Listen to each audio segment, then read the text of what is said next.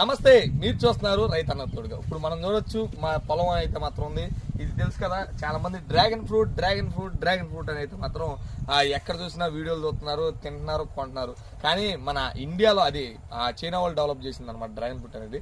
ఎప్పుడో పురాతన నుంచి కూడా మనకి ఈ డ్రాగన్ ఫ్రూట్ అయితే అవైలబుల్ ఉంది. దీన్ని బ్రహ్మజముడు, నాగజముడు అనేది ఏరియాని బట్టి పిలుస్తారు.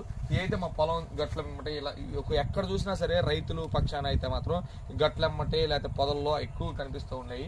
వీటిని చాలా మంది ఎప్పటి నుంచో తెలుసు, వీటిని చక్కగా తింటారు. ఇప్పుడు మనం చూస్తున్నట్టయితే ఈ కాయ అనేది ఇంకా తయారవలేదు అనమాట. ఇప్పుడు ఏంటంటే పూత, ఇప్పుడు డ్రాగన్ ఫ్రూట్ పూత ఎలా వచ్చిందో దీనికి పూత వచ్చి దాని తర్వాత కాయగా వస్తుంది. దీనికైతే మాత్రం చాలా భయంకరమైనటువంటి ముళ్ళు అయితే ఉంటాయి అనమాట. ఈ ముళ్ళని ఏటికి ఉపయోగిస్తారు అంటే మా ఏరియాలో ఈ ఒక్కొక్క ముళ్ళుని మనకి ఎట్లా అంటే ఆడపిల్లలు ముక్కు కూర్చుకుంటారు కదా, ముక్కులు చెవులీలు, వాటిని అయితే ప్రత్యేకంగా ఈటుతోనే కుడతారనమాట. ఈ పూర్వకాలం ఎక్కడ కావాలంటే అక్కడ ఉండే విరిగా